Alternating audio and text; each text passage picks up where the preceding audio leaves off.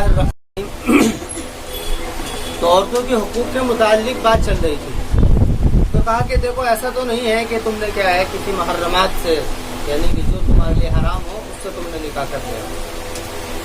اس میں یہ ہے کہ اس میں پھر حرام کی پوری تفصیل دی گئی ہے، حرمت علیکم امہاتکم، تو تمہارے اوپر تمہارے مائیں ہیں، حرام ہیں، وبناتکم بیٹیاں ہیں، بہنیں ہیں، پھوپھیاں ہیں، خالائیں ہیں، بھتیجیاں ہیں، بھانجیاں ہیں، وامہاتکم اللاتی ارضعنکم، اور تمہاری وہ مائیں کہ جس نے تم کو دودھ پلایا۔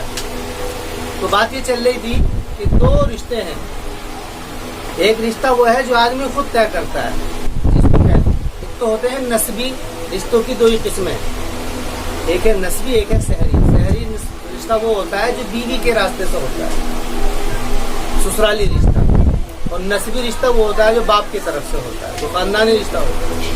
اس کے علاوہ دو رشتے اور ہیں جو انسان بناتا ہے، اس میں سے ایک رشتہ ہے اس کو کہتے ہیں رضائی رشتہ، یہ انسان نے خود بنایا، یعنی یہ حالانکہ وہ سحری بھی رشتہ لیکن وہ ضرورت میں، یہ ضرورت میں نہیں ہے لیکن انسان اس کو بناتا ہے۔ مثلا اس کا بچہ کہیں دودھ جا کر کے پینے لگے، عربوں میں ہوتا تھا، عربوں میں یہ ہوتا تھا کہ عرب لوگ جو ہے کہ ان کو عورتیں تھیں وہ دودھ پلایا کرتی تھی، تو وہ ایک وہ رشتہ ہے، اس کو کہتے ہیں یعنی کہ رضائی رشتہ۔ ایک تو رشتہ وہ ہے جو انسان خود بخود بنا دے، جس کو بولتے ہیں متبنہ۔ متبنہ یعنی کہ منہ بولا بیٹا یا بیوی یا وہ بیٹا یا بیٹی یا بنا لیتے ہیں بہن، جو بھی بنا لیتے ہیں، ایک رشتہ وہ ہے۔ تو یہ دو رشتے عربوں میں رضائی رشتے کو نہیں مانتے تھے، متبنہ رشتے کو مانتے تھے، یعنی کہ جو منہ بولا بیٹا ہوتا تھا اس کو بالکل بیٹے کی حیثیت دیا کرتے تھے، اس کو حیثیت بالکل وہی دیا کرتے تھے۔ قرآن نے وہ اس کو ختم کیا، انہوں نے کہا کہ وہ رشتہ تمہارے لیے حلال ہے، یعنی کہ وہ تم نے منہ بول کر کے تم نے اپنا بیٹا بنا لیا۔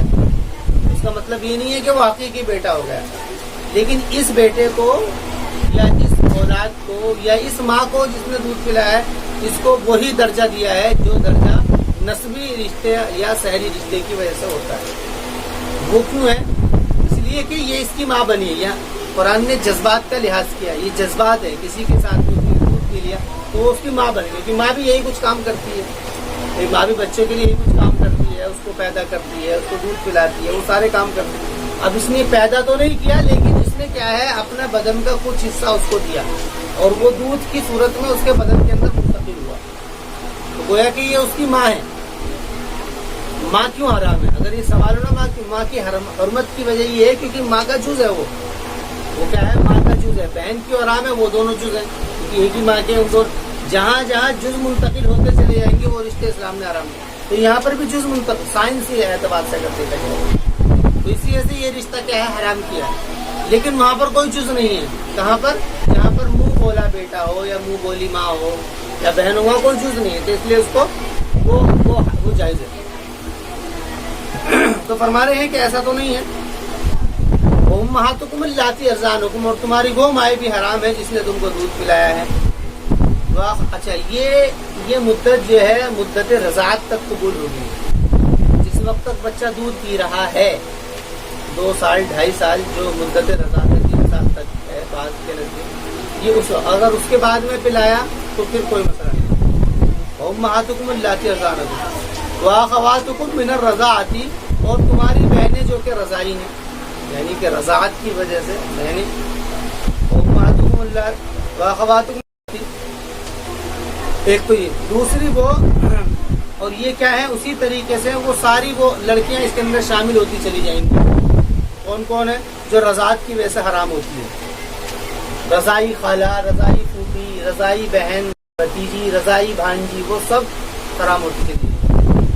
وَأُمَّهَاتُ نِسَائِكُمْ، اور تمہاری بیویوں کی مائیں یعنی ساس، وَرَبَائِبُكُمُ اللَّاتِي فِي حُجُورِكُمْ، اور تمہاری ربیبہ، ربیبہ کہتے ہیں بیوی کی لڑکی کو، ایک آدمی نے کسی سے شادی کری، اس کی کوئی لڑکی تھی پہلے سے، اس کو کہتے ہیں ربیبہ، اس کو ربیبہ کا لفظ دیا ہے، بنات نہیں کیا، ربیبہ میں کہتے ہیں یہ رب سے بنا ہے، رب کہتے ہیں پالنے والا، ربیبہ پالن، یعنی یہ تمہاری پالن پوسن والی ہے۔ یہ اصل میں اس لائن سے بہت گڑبڑ ہوتی ہے، عام طور سے دیکھا بھی یہ گیا ہے کہ بعض جگہوں پر ہم نے یہ بہت کیسز دیکھے اور ہر جگہ پر ہے، کسی سے شادی کر لی، اس کے ساتھ میں کوئی لڑکی آتی ہے تو ہوتا کیا ہے، ماں کو بھول کے لڑکی پر نظر ڈالی.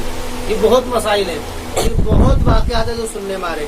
اس لیے قرآن کریم نے اس طرف اشارہ کیا ہے، اور ابائب اس کو بنات نہ کہہ کر کے ربیبہ کہا ہے. ربیب یعنی کہ یہ تم نے اس کو پالا ہے، تو بولتا ہے تم نے اس کو باقاعدہ ایک بیٹی کی طرح رکھا ہے. حقیقی بیٹی کے لیے تو قرآن نے صرف اتنا کہہ دیا بنا، لیکن یہاں پر ربیبہ کہا ہے، الگ سے ایڈوانس سے بات کہی ہے، اس طرف اشارہ کرنے کی. اور ابائبکم اللاتی فی حجورکم، جو تمہاری گودوں میں ہے. دیکھو اس طرف بھی اشارہ کیا، یہ گویا کہ ایک لطیف اشارہ ہے جو اس کی یعنی کہ خاطرداری کی طرف کیا گیا ہے، یعنی کہ یہ تمہاری گودوں کے اندر پلی ہے. اور ابائبکم اللاتی فی حجورکم من نساء، لیکن اس کے اندر قید لگا دی، من نسائکم، تمہاری ان عورتوں میں سے، یعنی تمہاری ان بیویوں میں سے، التی دخلتم بہن، کہ جن کے ساتھ میں تم نے دخول کر لیا، یعنی جن سے تم نے ملاقات کر لی ہے، صحبت کر لی ہے، ان کی لڑکیاں حرام ہوں گی. لیکن رشتہ ہو گیا، ایجاب و قبول بھی ہو گیا، لیکن اس کے بعد میں ختم ہو گیا معاملہ. ایجاب و قبول ہو گیا لیکن ابھی آنا جانا نہیں ہوا، وہ اپنے گھر کے اندر ہے، یا ملاقات نہیں ہوئی ہے، اس کے درمیان میں طلاق ہو گئی، طلاق ہو گیا. تو اب کیا ہے، اس کی جو بیٹی ہے وہ حلال ہے، اس کی جو لڑکی ہے. عقد کی وجہ سے، اصل میں عقد کوئی چیز ہی نہیں ہے، اصل تو ملاقات ہے. اس سے پہلے اگر یہ ختم ہو جاتی ہے بیوی، تو پھر اس کی بیٹی کیا ہے، حلال ہے. اسی کو قرآن نے کہا من نسائکم اللاتی دخلتم بہن، ان عورتوں میں سے جن کے ساتھ تم نے دخول کر لیا ہو. فإن لم تکون دخلتم بہن، پھر اگر نہ دخول کیا ہو، فلا جناح علیکم، تو تمہارے اوپر کوئی حرج نہیں ہے، تو تمہارے اوپر کوئی حرج نہیں ہے. فإن لم تکون دخل، کیونکہ اس کی وجہ سے کیا ہوتا ہے، یہ منہ بولی بیٹی ایک طریقے سے بن گئی. اور ہمارے کی منہ بولی بیٹی بننے کی وجہ سے نہیں ہے، بلکہ وہ اب جب اس نے یہ کیا ہے، محرمات کی فہرست ہے، یعنی کہ جو عورت ہوگی اس کی بیٹی، اس کی ماں، وہ سب حرام ہوتی چلی جائیں گی. دخلتم فإن لم تكون دخلتم بهن فلا جناح عليكم وحلائل ابنائكم الذين من اصلابكم. اور حلائل کہتے ہیں بہو کو، بیٹے کی بیوی. یہاں پر بھی حلائل کا لفظ ذکر کیا. حلائل کہتے ہیں حلائل، حلال ہونے والی، حلال ہونے والی. یہاں پر حلائل یہ مطلب یہ بھی ایک لطیف اشارہ ہے عربوں کی مزاج کی طرف. یعنی یہاں پر وہ اس کو ہم اگر اس کو کہیں تو ہم اس کو بٹیا کا لفظ دے سکتے ہیں. اور تمہاری یعنی وہ بٹیاں جو تمہاری بیٹوں کی بیویاں ہیں. یعنی یہ لفظ کیسے ہوتے ہیں، یہ لفظ ہوتے ہیں جو کہ اندر سے رغبت کو، محبت کو پیدا کرتے ہیں. بٹیا کا لفظ ہو گیا، یا اس کے علاوہ ہر زبان والے اپنی زبان کے اندر کچھ لفظ بولتے ہیں جس کے اندر انسیت اور رغبت کا پہلو ہوتا ہے. تو یہ وہی لفظ ہے. وحلائل ابنائکم الذین من اصلابکم، یعنی تمہارے ان بیٹوں کی جو تمہاری صلبوں سے ہیں. صلب سے مراد جو تمہارے میں سے. ایک بیٹے وہ ہیں جو کہ متبنہ ہے، جن کو تم نے منہ بولا بیٹا بنا لیا، ایک تو وہ بیٹے. ایک وہ ہے جو تمہاری صلبوں سے ہیں، مطلب کیا، تمہارے حقیقی بیٹے ہیں، اصلابکم صلب. تو یہ اس طرف اشارہ کر دیا ہے، یہ اس طرف اشارہ کر دیا ہے کہ بھئی یہ جو ہیں یہ تمہارے لیے تو حرام ہے. لیکن اگر منہ بولے بیٹے ہیں تو ان کی بیوی، کیونکہ وہ بیٹا ہی نہیں ہے تو اس کی بیوی جو ہے وہ اس کی ہے، ہمارا اس کو تعلق نہیں ہے. لیکن عربوں میں یہ بڑا مسئلہ تھا. متبنہ کو تو وہ لوگ بہت وہ حرام سمجھا کرتے تھے، لیکن رضاعت کی وجہ سے یا جو حقیقی ہوتے تھے ان کو نہیں چھوڑتے تھے. ایسا ہوتا تھا. بہنوں کو جمع کیا کرتے تھے ایک ساتھ. اس کی کیا نام ہے، شادی کری، اس کی بہن سے بھی کر لی، اس کی مطلب اس کی ماں سے بھی کر لی، ایسا کیا کرتے تھے. وَأَن تَجْمَعُوا بَيْنَ الْأُخْتَيْنِ، اور یہ بات کہ تم جمع کرو دو بہنوں کے درمیان، یعنی کہ دو بہنوں کو بھی ایک ساتھ جمع کرنے کو، یہ بھی اس کے اوپر حرمت ہے. وَأَن تَجْمَعُوا بَيْنَ الْأُخْتَيْنِ، اور یہ بات کہ تم جمع کرو دو بہنوں کے درمیان میں، یعنی کہ ایک وقت میں ایک ہی بہن نکاح کے اندر رہے گی. ایک بہن ایک ہی وقت میں نکاح کے اندر رہے گی. دوسری بہن سے اگر شادی کا مسئلہ ہے تو وہ اس کو نکاح سے نکلنا پڑے گا. وَأَن تَجْمَعُوا بَيْنَ الْأُخْتَيْنِ إِلَّا مَا قَدْ سَلَفَ، اور ہمارے ہیں کہ مگر یہ کہ گزر گیا ہو. اب اس میں بیچ میں دیا ہے کہ جو رشتے نسبت کی وجہ سے حرام ہوتے ہیں، بہن جو بنتی ہے، جیسے کہ بہن خالہ ہے، شادی کر لی تو اس کی خالہ سے شادی نہیں کر سکتے ساتھ میں، یعنی جو حرام ہے. یعنی کسی عورت سے شادی کر لی تو اس کی خالہ سے شادی نہیں ہو سکتی، اس کی کیا ہے پھپھو سے شادی نہیں ہو سکتی، یعنی وہ رشتے بھی اس کے لیے حرام ہو جائیں گے اس کی موجودگی میں. الا ما قد سلف، مگر جو کہ گزر گیا، یعنی کہ جو کیا ہے وہ کیا ہے. ان اللہ کان غفور رحیم، کہ بے شک اللہ تعالیٰ معاف کرنے والا ہے، رحم کرنے والا ہے. اس کے بعد میں الگ سے ایک بات فرمائی ہے کہ والمحصنات، یعنی کہ یہ دیکھ لو کہ تم نے ایسا تو نہیں کیا ہے کہ ایسی محرمات سے نکاح کیا ہو. محصنات کہتے ہیں، محصنات بنا احسان سے، اس کے معنی آتے ہیں حفاظت، اس کے معنی آتے ہیں حفاظت اور نگرانی کرنا، یعنی تو قید میں ہونا، یعنی کہ کسی کی کسٹڈی میں ہونا، حفاظت میں ہونا، کسٹڈی کی میں ہونا. والمحصنات، اور وہ محصنات عورتیں یعنی کہ جو کہ محفوظ ہیں. اس سے مراد کون ہے؟ یعنی کہ جب عورت کی شادی ہو جاتی ہے تو وہ کس کی کسٹڈی میں چلی جاتی ہے؟ شوہر کی. تو اس سے اس طرف اشارہ ہے، یعنی کہ وہ عورتیں جو کہ مقید ہیں یا کسٹڈی میں ہیں یا کسی کے حفاظت میں ہیں، اور حفاظت میں کس کے؟ شوہر کے. یعنی یہاں سے مراد دوسری کی بیویاں، یہاں سے مراد کیا ہے؟ اگر اس کو کھولا جائے تو دوسری کی بیویاں. من النساء، عورتوں میں سے، الا ما ملکت ایمانکم، سوائے ان عورتوں کے جس کے تمہارے ہاتھ مالک ہو گئے ہو. مطلب یہ ہے کہ اگر کوئی قید ہو گئی ہو، ظلم کی کوئی وہ کیا بولتے اس کو، جنگ کی کوئی صورت پیش آ گئی، اس کی وجہ سے پھر وہ قید ہو گئی تو مسئلہ الگ ہے. الا ما ملکت ایمانکم. کتاب اللہ علیکم، کہ اللہ تعالیٰ کا قانون ہے تمہارے اوپر، یعنی یہ ضابطہ اللہ تعالیٰ نے قانون تمہارے اوپر لاگو کیا ہے. یہ عورتیں تمہارے لیے حرام ہیں. وَأَحَلَّ لَكُمْ مَا وَرَاءَ ذَلِكُمْ، فرما رہے کہ اس کے علاوہ ساری عورتیں تمہارے لیے حرام ہیں. ہمارے کبھی کبھی نا اتفاقی کی وجہ یہ بھی ہوتی ہے، پیچھے سے نا اتفاقی کی وجہ ذکر ہوتی بھی آ رہی ہے. تم نے اس کا مال تو نہیں ہڑپ لیا ہے، اس کے بعد بھی اس کے ساتھ میں رہن سہن کا تو تمہارا معاملہ صحیح نہیں ہے، یا پھر تم نے زبردستی اس سے نکاح تو نہیں کر لیا، یا تم نے ان عورتوں سے تو نکاح نہیں کر لیا ہے جو کہ تمہارے لیے کیا ہے؟ حرام ہے. ابھی جو ہے میاں بیوی کے تعلق سے چھوٹ چھٹا کو کوئی مسئلہ نہیں آیا. ابھی ان کے جو وہاں ہوتا تھا وہ کارگزاریاں آ رہی ہیں. وَأَحَلَّ لَكُمْ مَا وَرَاءَ ذَلِكُمْ، اور اللہ نے حلال کر دیا تمہارے لیے وہ رشتے جو اس کے علاوہ ہیں. ماں سے مراد تعلق، رشتے، نکاح ماں سے مراد ہو. ان تبتغوا، یہ کہ تلاش کرو تم بِأَمْوَالِكُمْ، اپنی مال سے. اب دیکھیے یہاں پر ذکر کیا ہے؟ محسنین غیر مسافرین، محسنین غیر مسافرین. یہاں پر ایک تو یہ ہے محسنین غیر مسافرین. دیکھو یہ لفظ یہاں پر تو ذکر کر دیے ہیں، لیکن عورت کی جو صفتیں ہیں جو عورت کے اندر ہونی چاہیے، آگے دیکھو 3 لفظ آ رہے ہیں، وہاں پر اس کو دیکھ لیں گے. یہاں تو بس اس کا ترجمہ سمجھو. محسنین غیر مسافرین، کہ وہ محسنین ہو، اور غیر مسافرین یعنی کہ صفا صف کے معنی ظلم آتے ہیں، یعنی کہ ظالمہ نہ ہو. اور وہ کس طریقے سے ہوتی ہے وہ آگے آئے گا. وَمَسْتَمْتَعْتُمْ بِهِ مِنْهُنَّ، پس وہ عورتیں کہ جن سے تم نے نفع حاصل کیا ہے ان عورتوں میں سے، فَآتُوهُنَّ أُجُورَهُنَّ، نفع حاصل سے مراد یعنی تم نے ان سے شادی کر لی ہے تو فَآتُوهُنَّ أُجُورَهُنَّ، تو ان کی مہریں ان کو دے دو. مہر جو شرط جو خرچ شریعت میں لازم کیا ہے، فریضہ. یہ فرمانے کہ فریضہ ہے، فریضہ کا مطلب ضابطہ ہے، قانون ہے، تمہارے ذمہ ہے فریضہ. وَلَا جُنَاحَ عَلَيْكُمْ فِي مَا تَرَاضَيْتُمْ بِهِ مِنْ بَعْدِ الْفَرِيضَةِ، اور کوئی حرج نہیں ہے تمہارے اوپر اس چیز میں جو کہ تم راضی ہو جاؤ من بعد الفریضہ، فریضہ کے بعد. یعنی کہ جب تم نے مہر لازم کر لی ہے اس کے بعد میں کسی چیز پر راضی ہو جائیں کہ جی یہ خرچ رہے گا، میں تمہیں یہ دیا کروں گا، شوہر کے تمہیں 100 روپے ڈیلی دوں گا یا اتنے دوں گا، جیسے بھی اپنی کمائی کے حساب سے. ہمارے اس میں کوئی مسئلہ نہیں ہے، جو بھی آپس کی رضامندی سے کیا ہو جائے. ان اللہ کان علیما حکیما، کیونکہ اللہ تعالیٰ جانتا ہے اس کے کیا حالات ہیں، حکیمہ حکمت والا. اس لیے اس نے یہ کیا ہے اس طریقے کا قانون دیا ہے، کیونکہ یہ رشتے چلانے ہیں. یہ رشتے کیا ہیں؟ چلانے ہیں.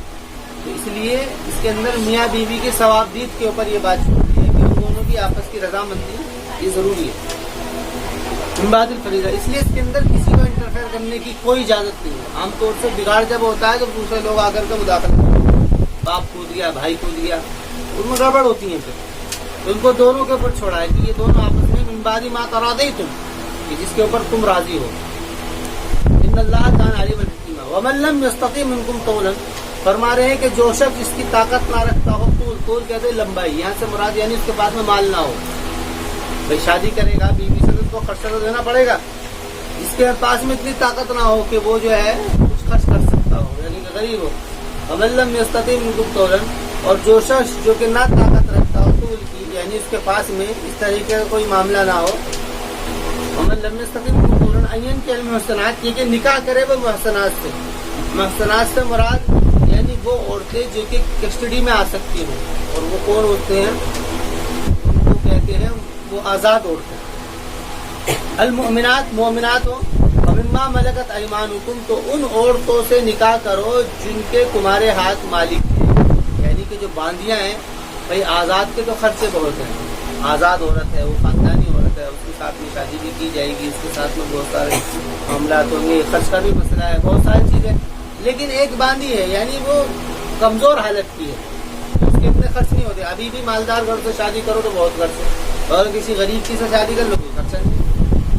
تو وہی اظہار ہے. فَإِمَّا مَلَكَتْ أَيْمَانُكُمْ مُؤْمِنَاتٌ وَاللَّهُ أَعْلَمُ بِإِيمَانِكُمْ، لیکن فرما رہے اس کے اندر بھی مومنات کا خیال کیا جائے. اگر یہ کی جائیں گی باندھی تو دیکھ لو کہ مومنہ عورت ہو، مومنہ ہو. وَاللَّهُ أَعْلَمُ بِإِيمَانِكُمْ، اور اللہ تعالیٰ جانتا ہے تمہارے ایمان کو، یعنی کہ تمہارے اپنے ایمان کیا ہے یہ اللہ تعالیٰ بھی جانتا ہے. بعضکم من بعض، وہ فرما رہے کہ یعنی کہ یہ خیال ختم کرو. قرآن نے یہ اصل میں اچھا اس کو دیکھ لو، یہاں پر جب یہ کئی مرتبہ بات آ گئی.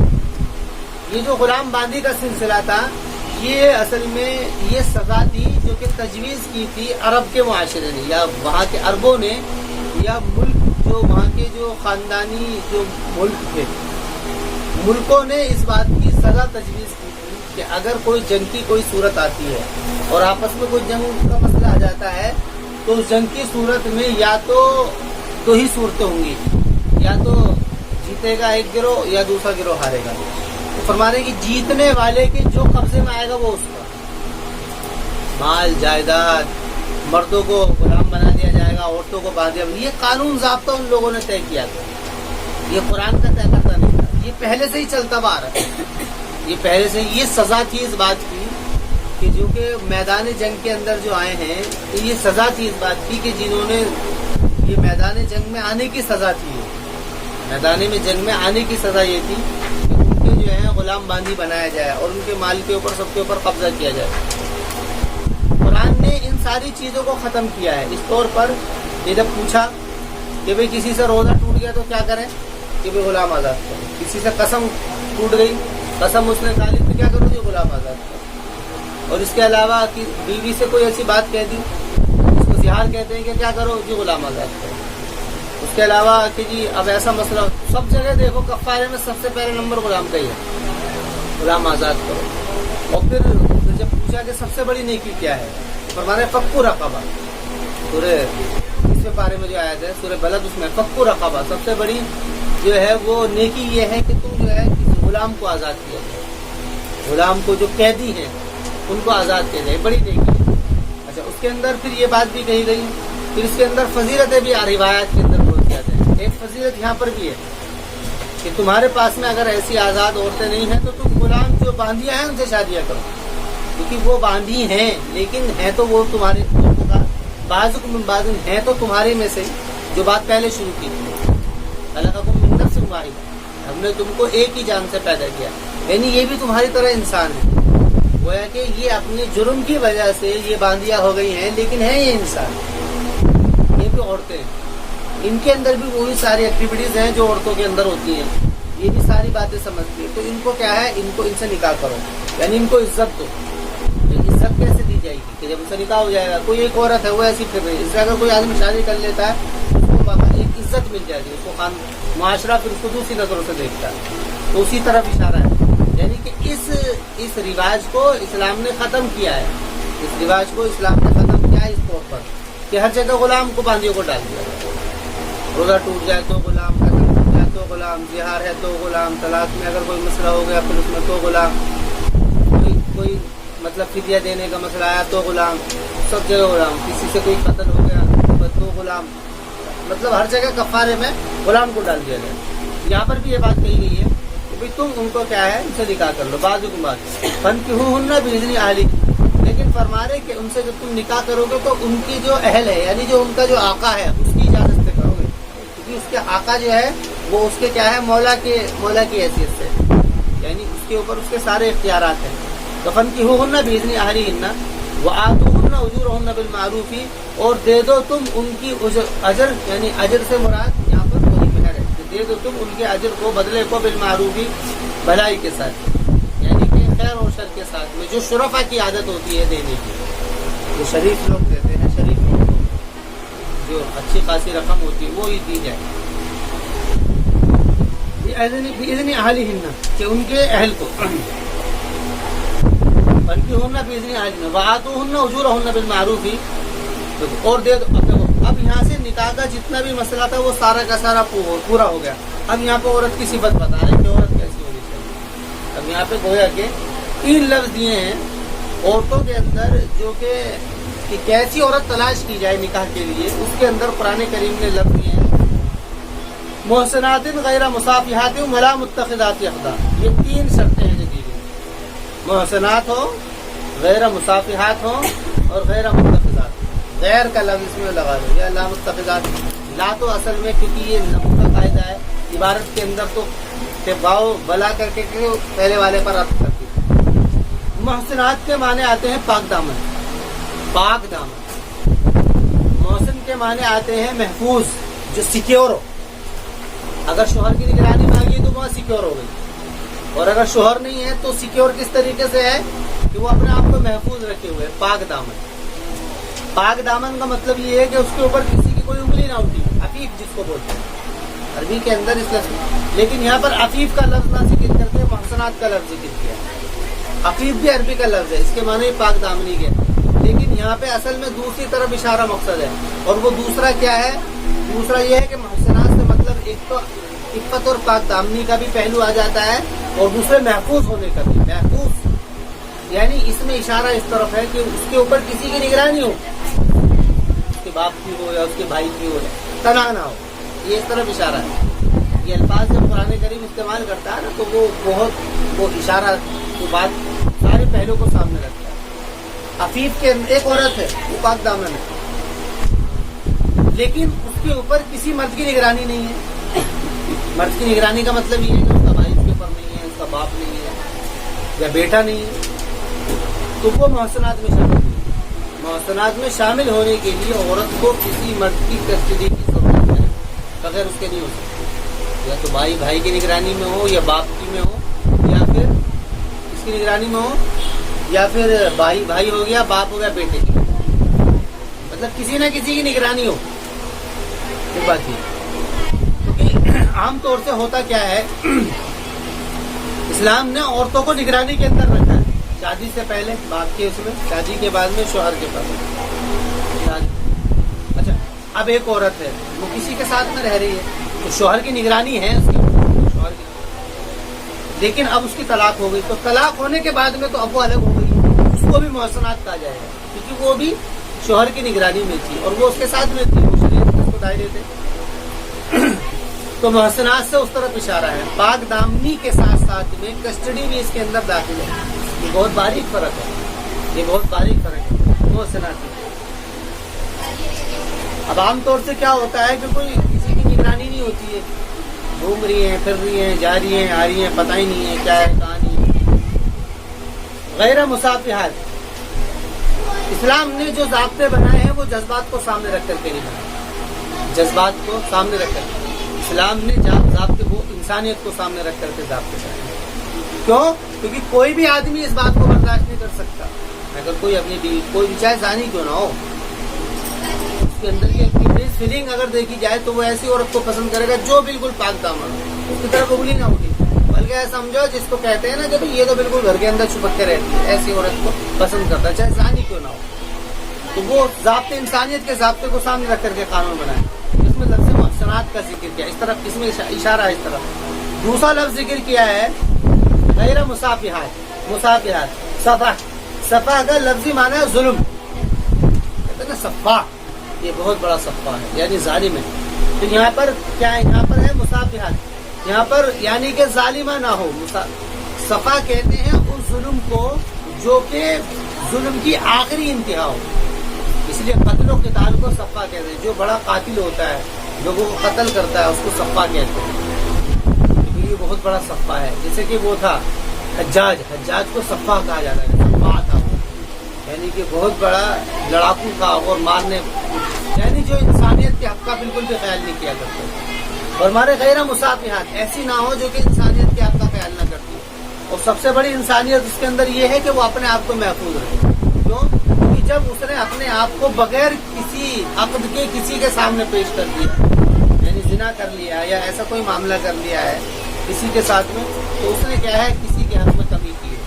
حق میں کس کے کمی کی ہے؟ اس نے اپنے شوہر کے حق میں کمی کی۔ ہمارے ایسی نہ ہو، یعنی جس کے اوپر اس طریقے کا، جس نے اس طریقے کا کام، خالی الزام نہیں، یعنی اس طریقے سے اس نے کوئی کام کیا، تو ایسی عورت کو پسند کیا جائے غیر مصافحات۔ اس کا ترجمہ زانیات کا کیا جاتا ہے، وہ زانیہ کا ترجمہ اس لیے کیا جاتا ہے کیونکہ اس نے ظلم کیا۔ ظلم کہتے ہیں حق میں کمی کرنے کو۔ عورت کا اپنے آپ کو محفوظ رکھنا یہ شوہر کے حق کو بڑھانا ہے، وہ دھیان سمجھنے کی بات ہے۔ عورت اگر اپنے آپ کو محفوظ رکھے ہوئے ہے تو یہ اپنے شوہر کے حق کو ادا کر رہی ہے، لیکن اگر اس نے اپنے آپ کو محفوظ نہیں رکھا تو اس نے اپنے شوہر کے حق میں کیا کر دی؟ کمی کر دی۔ اس نے کہا غیر مصافحات، یعنی کہ ایسی نہ ہو، ہاتھ لڑانے والی نہ ہو، شوہر کی بالکل یعنی کہ نافرمانی کرنے والی نہ ہو۔ یہ سارے کے سارے معنی اس کے اندر داخل ہیں۔ اب شادی ہو گئی ہے، کیا ہے؟ محسنات سے شادی ہو گئی ہے، شادی۔ اب کیا ہے؟ اب اس کے بعد میں اس کے اندر یہ ہو کہ وہ کسی دوسرے مرد سے بات نہ کرے، کسی سے آنکھ نہ لڑائے، کسی سے کوئی بات نہ کرے، یا ایسا کوئی کام نہ کرے جس سے شوہر کو شک پیدا ہو۔ تو اس لیے اس کے لیے ان ساری باتوں کو نہ بیان کر کے ایک لفظ بیان کرتے ہیں مصافحہ، یعنی کہ ایسی ظالمہ نہ ہو کہ وہ حق، کیونکہ جب بھی وہ کام کرے گی یہ شوہر کے حق میں کمی ہوگی، اور حق میں کمی کرنے کو ظلم کہتے ہیں، اور ظلم کے آخری درجے کا جو لفظ ہے وہ صفا کا لفظ ہے۔ سمجھ میں آگے بات ہے؟ تو غیر مصافحات، اور دوبارہ ولا متخذات اخدان، ولا متخذات یہ ہے اخذ سے، اس کے معنی آتا ہے لینا، ولا متخذات اخدان۔ اخدان قدم کی جمع، اخدان کہتے ہیں ان کو، دیکھو یہ جو ہے نا کندیا، یہ جو ہے اس کو قدم کہتے ہیں، عربی میں قدم اس کو کہتے ہیں، یہ جو ہڈیاں ہیں اس کو قدم کہتے ہیں، یہ والی جو ہڈیاں ہیں آنکھ کی طرف تو قدم کہتے ہیں، یعنی مطلب یہ ہے۔ اور نہ ہی لینے والیوں قدم، اس کو کہتے ہیں آنکھ چوری کرنا، کہ بھائی وہ کنکیوں سے دیکھتا ہے، یہ ہوتا۔ ولا متخذات اخدان، اور نہ ہی لینے والی ہو، یعنی اس سے مراد یہ ہے، اس سے مراد دیکھو یہ لطیف اشارہ ہے، کیونکہ غیر مصافحات سے مراد ظاہراً کوئی کام نہ کرنے والی ہو، ظاہراً شوہر کے حق میں کوئی کمی نہ کرنے، اور اس سے مراد ہے باطناً، یعنی اس کے پیچھے کوئی کام نہ کرے۔ یہ آنکھوں سے آدمی چوری سے جب دیکھتا ہے، جب کسی کو نہ دکھانا مقصد ہوتا ہے، اس کو کہتے ہیں یعنی دوسرے کو چھپ کر کے کام کرنا۔ تو یہ اس طرف اشارہ یہ کیا گیا، کیونکہ جب بھی کوئی کام چوری سے ہوتا ہے تو وہ شروع یہاں سے ہوتا ہے۔ کسی کو کوئی مطلب عورت سمجھ میں آ گئی، یا کسی عورت کو کوئی آدمی سمجھ میں آ گیا تو بات یہاں سے شروع ہوتی ہے، اس کو ظاہراً نہیں دیکھ سکتی اس کے اندر، کیوں؟ کیونکہ وہ ابھی کسی کی بیوی ہے، اس کا نکاح نہیں ہوا ہے، اس کے اندر پہلے یہی ہوتا ہے کہ پہلے آنکھوں سے اشارے ہوتے ہیں، اس کے بعد میں اس لیے قرآن کریم نے لفظ وہ استعمال کیا ہے جہاں سے بات شروع ہوتی ہے۔ بھائی ایسے ہوتا ہے نا معاملہ، تو بات وہاں سے شروع کی ہے جہاں سے، یعنی لفظ وہ ذکر کیا ہے جہاں سے بات شروع ہوتی ہے۔ فرما رہے ہیں غیر مصافحات، یعنی کہ مصافحات نہ ہو، ظلم کرنے والی نہ ہو، ولا متخذات اخدان، اور نہ ہی اس کام کو چوری چھپ کے کرنے والی ہو، یعنی اگر اس طریقے سے بھی کرتی ہے تو ہمارا اس کو بھی رشتے ختم کرو۔ تو یہ تین وہ ہیں جو کہ شرطیں ہیں، جو صفاتیں ہیں جو قرآن کریم میں ذکر کی ہیں، اور یہ وہ صفاتیں ہیں جو عورت کی پاک دامنی کے لیے، اس کے عزت و اخلاق والی ہونے کے لیے، اس کی شرفا ہونے کے لیے کرتی۔ یہی تین صفتیں ہیں جو قرآن نے ذکر کی ہیں۔ کیا کیا؟ محسنات ہو، غیر مصافحات نہ ہو، ولا متخذات اخدان، یعنی کہ یہ اس کے اندر یہ ساری صفتیں ہوں۔ بھلا فیضا احسننا، پھر جب وہ محسن ہو جائیں، مطلب کیا ہے؟ محسن ہو جائیں یعنی سیکیور ہو جائیں، محفوظ ہے۔ اب فرما رہے ہیں کہ چلو شادی ہو گئی، اس چیز کا خیال نہیں کیا ہے، لیکن شادی ہو گئی، تو اب فرما رہے ہیں فیضا احسننا، پھر جب شادی ہو جائے، فإن أتينا بفاحشة، تو فرما رہے اس کا مطلب یہ نہیں ہے کہ اب اگر تم نے ایسی سے شادی کر لیا تو اس کو بھگا دو، ایسا نہیں ہے۔ فرما رہے کہ پھر جب ہو گئی، اب یہ تو محسنہ ہو گئی نا، اب جب کسی کی بیوی ہوگی تو محسنہ ہو گئی، اب یہ حفاظت میں آ گئی، کسی کے سٹی میں آ گئی، اب ایسا نہیں ہے کہ اگر اس کے اندر یہ ساری باتیں تم نے پہلے سے دیکھی رہی وہ یہ تھی اس کے اندر، تو ایسا نہیں اس کو بھگانا، بلکہ فرما رہے ہیں کہ فَإِنْ أَتَيْنَا بِفَاحِشَةٍ، پھر اس وقت تک اجازت نہیں ہے کہ اگر وہ آ جاتی ہیں فاحش، یعنی پھر وہ کلم کلا زنا کرنے لگے، اگر وہ چوری چھپکے کر رہی ہیں تو اس میں کیا ہے ان کے اوپر کیا کیا جائے گا، وہ کیا جائے گا وہ ابھی نہیں آیا، تمہیں بیوی کی جگہ دوسری بیوی بدلنی ہے وہ ابھی نہیں آیا، کیا کرنا ہے کیا جائے گا وہ آئے گا، ابھی تو قرآن اس کے اوپر یعنی کمنٹ کر رہا ہے، بتا رہا ہے کہ یہ ہو سکتا ہے، یہ ہو سکتا ہے، یہ ہو سکتا ہے، تو فرما رہے فَعَلَيْهِنَّ نِصْفُ مَا الْمُحْصِنَاتِ، تو اس کے اوپر نصف ما وہ آدھی فاحشہ کی تو سزا تجویز کر دی ہے قرآن، زنا کی سزا تو قرآن نے تجویز کر دی ہے سورہ نور کے اندر، فرما رہے کہ ایسی عورتوں کے اوپر جو باندیاں ہیں ان کے اوپر کیا ہے آدھی سزائیں، آدھی کیوں ہے؟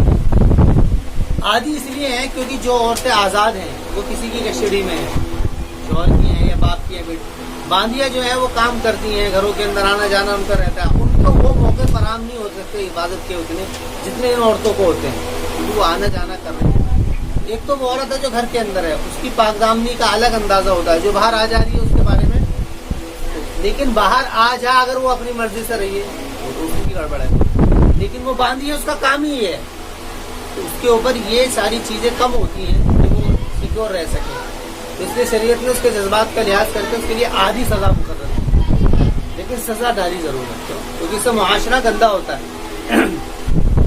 فَعَلَيْهِنَّ نِصْفُ مَا الْمُحْصِنَاتِ، تو اس کے اوپر آدھی ہے وہ جو کہ ہے محسنات کے اوپر، من العذاب تکلیف میں سے، یعنی اس سے وہی مراد ہے تھوڑے، تو اس میں 50 ہیں اس کی، ذالک لمن خشی العنت، یہ اس کے لیے ہے جو کہ ڈرتا ہو عنتا، یعنی کہ یہ اس کے لیے ہے جو کہ ڈرتا ہو عنت سے، عنت کا مطلب کیا ہے؟ زنا، اس کے معنی اصل میں عنت کے معنی تکلیف کے بھی آتے ہیں، عنت کے معنی تکلیف پریشانیاں، فرمانے کی یہ سزا ان لوگوں کے لیے ہے کہ جو ڈرے، یعنی جو عذاب سے ڈرتا ہو، اللہ تعالیٰ سے ڈرتا ہو، اللہ تعالیٰ کی طرف سے عذاب سے ڈرتا ہو، جس کو اس کا یقین ہو کہ بھئی میرے ساتھ میں پھر یہ معاملہ ہوگا، تو یہ اس کے لیے ہے یہ قانون، ذالک لمن خشی العنت وان تصبروا خیر لکم، اور یہ بات کہ تم صبر کر لو، یہ صبر کر لو کس سے؟ یعنی کہ ایسی عورتوں سے نکاح کرنے سے رک جاؤ جو کہ کیسی ہو، باندیاں ہوں، کیونکہ وہ عام طور سے سیکیور ہوتی نہیں ہے، اس طرف اشارہ کیا وہاں اور اگر تم صبر کر لو تو بہتر ہے تمہارے لیے، واللہ غفور رحیم، اور اللہ تعالیٰ معاف کرنے والا رحم کرنے والا ہے۔ یہ بات کیوں کہی گئی ہے؟ یہ بات اس لیے کہی گئی ہے کیونکہ اسلام نے سب سے زیادہ خیال جو کیا ہے وہ کیا ہے اولاد کا، پچھلا جتنا بھی دور ہے وہ سارا کا سارا مردوں کے ساتھ میں کھڑا ہوا ملے گا، جیسے کہ قرآن کریم بتاتا ہوا آ رہا ہے، شادی کر لی، اس کے مال کو بھی ضبط کر لیا، اس کی ماں سے بھی کر لی، اس کی بہن سے بھی کر لی، اس کے اوپر ظلم کیا جا رہا تھا، وہ سارے معاملے کیے جا رہے تھے، اس کو میراث میں سے کچھ حق نہیں ملتا تھا، یہ سارے معاملے بڑھتے جا رہے ہیں، یہ سارے معاملے، یہ تو کیوں ایسا کیوں ہو رہا تھا؟ کیونکہ معاشرہ سارا کا سارا مردوں کے ساتھ میں، آدمی نے جو کر دیا وہ ٹھیک ہے، اس وقت کا جو دور ہے وہ سارا کا سارا عورتوں کے ساتھ میں کھڑا ہوا، عورت جو کر دے وہ ٹھیک ہے، اگر کوئی غلطی ہو گئی تو آدمی کی غلطی نہیں کہ غلطی آدمی کی، کوئی معاملہ ہو گیا غلطی آدمی کی، کوئی یعنی کوئی بھی کام ہوگا تو سب لوگ کہتے ہیں کہ آدمی نے گڑبڑ کی، ایسے ہی ہوتا ہے۔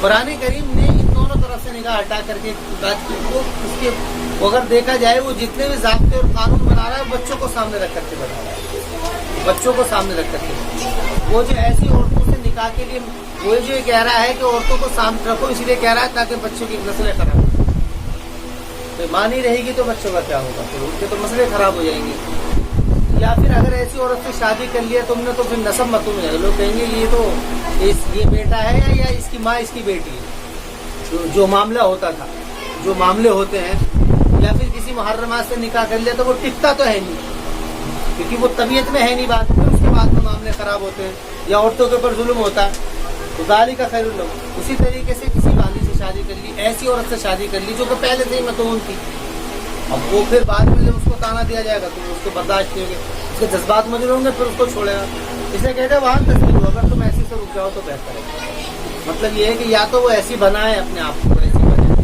اور اگر وہ نہیں بننی ہے تو تم اس سے رک جاؤ تو بہتر ہے. واللہ غفور رحیم, اور اللہ تعالیٰ معاف کرنے والا رحم کرنے والا ہے.